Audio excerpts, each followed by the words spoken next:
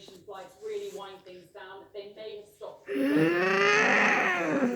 other European countries who announced that they wouldn't be doing any more. And of course, the British said that they were beginning to do the last few flights as well.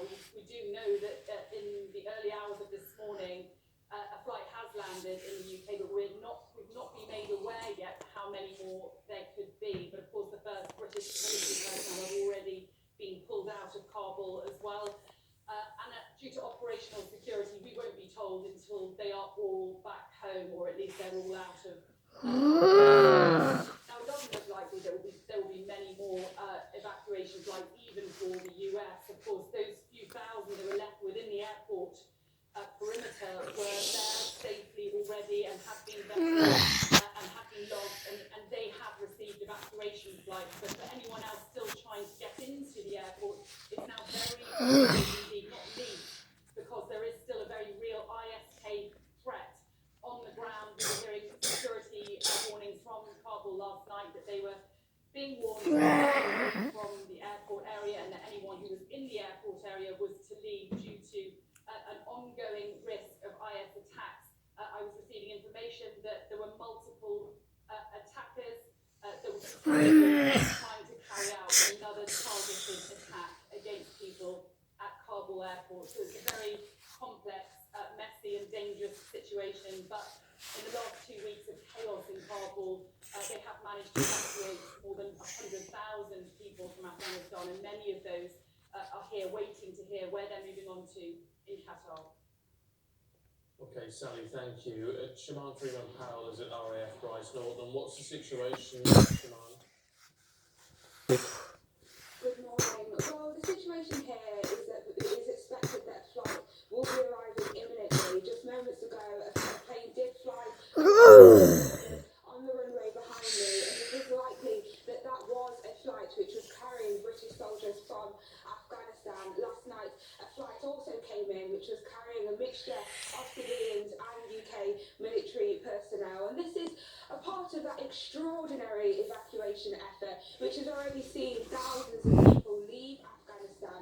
The Ministry of Defence confirmed that that figure is now over 14,000 people that have been evacuated from the country. Including 8,000 Afghans that have fought alongside British soldiers or have helped them in some capacity. However, many MPs have expressed concern that there are still lots of people on the ground. We thought that the figure is around 1,000 people in Afghanistan that are eligible to come to the UK.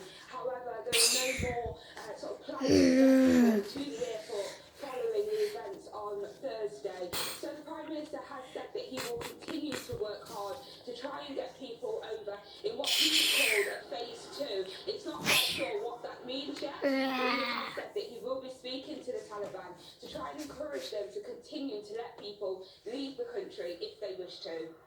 Okay, Shimon, thank you. Well, let's talk to the Shadow Defence Secretary, John Healey. Good morning to you. What's your assessment of what we're seeing so far, and indeed this promise from the Prime Minister of a phase 2 operation?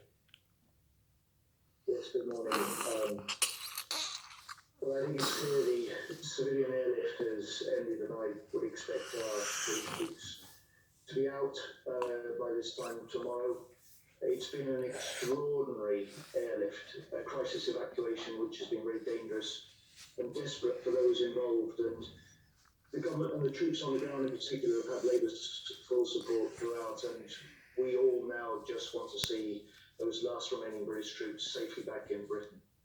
What about those people left behind? I mean, there's obviously a lot of Afghans who would have had the right to leave. There's also a number of British people who are perhaps choosing to stay under some circumstances. However you look at it, there's a lot of people left behind.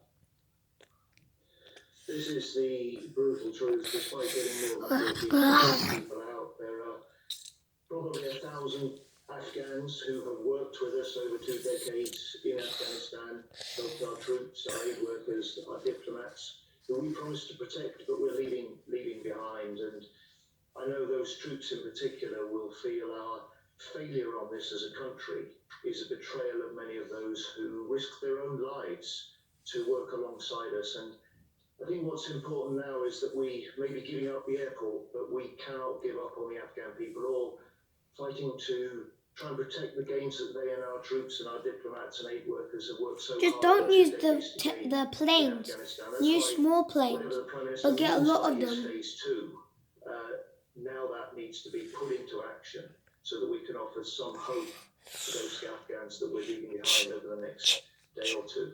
Well, I mean, how do we protect the gains made over the last 20 years with the Taliban taking over the entire country, and now even with on top of that, the ISIS-K threat, which obviously threatens to undermine the Taliban. I mean, it just seems to be heading to chaos. What on earth can we do as a country or as a NATO force if one was put together?